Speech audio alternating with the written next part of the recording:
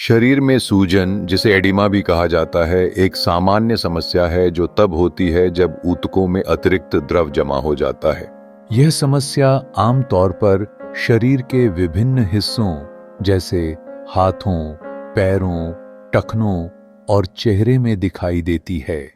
सूजन के कई कारण हो सकते हैं जो चोटों, द्रव प्रतिधारण और चिकित्सा स्थितियों से लेकर जीवन शैली के कारकों तक फैले होते हैं। चोट लगने पर प्रभावित क्षेत्र में तरल पदार्थ जमा होकर सूजन उत्पन्न कर सकता है। मोच या खिंचाव के कारण अक्सर सूजन होती है। साथ ही कीड़ों के काटने और एलर्जी प्रतिक्रियाएं भी स्थानीय सूजन का कारण बन सकती हैं। दूसरी ओर, लंबे समय तक खड़े या बैठे रहने से पैरों में द्रव स्थायी रूप से जमा हो सकता है। गर्भावस्था और हार्मोनल परिवर्तन, विशेष रूप से महिलाओं में, शरीर में द्रव की मात्रा को बढ़ाते हैं, जो सूजन की एक और सामान्य वजह है। चिकित्सा स्थितियां भी सूजन को बढ़ा सकती हैं।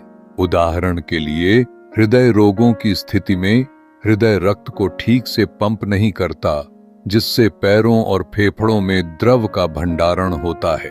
गुर्दे की बीमारी से भी शरीर से अतिरिक्त द्रव बाहर नहीं निकल पाता और यह सूजन का कारण बनता है।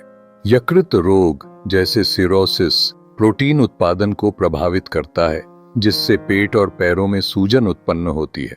इसी प्रकार थायराइड डिस्फंक्शन और वेनस अपर्याप्तता भी सूजन का कारण बनते हैं। सूजन का उपचार इसके अंतर्निहित कारणों पर निर्भर करता है। यदि सूजन गंभीर या अचानक हो तो चिकित्सा सहायता आवश्यक है। साधारण घरेलू उपायों में अधिकतर नमक का सेवन कम करना, हल्की एक्सरसाइज करना और पर्याप्त पानी पीना शामिल है। कुछ खाद्य पदार्थ जैसे हल्दी और अदरक स्वाभाविक रूप से सूजन को कम करने में मदद कर सकते हैं। स्वस्थ आहार अपनाना और तनाव प्रबंधन भी सूजन की समस्या को कम कर सकते हैं। आपातकालीन स्थितियों के लिए, जैसे डीप वेन थ्रोम्बोसिस, त्वरित चिकित्सा प्रक्रिया आवश्यक होती है।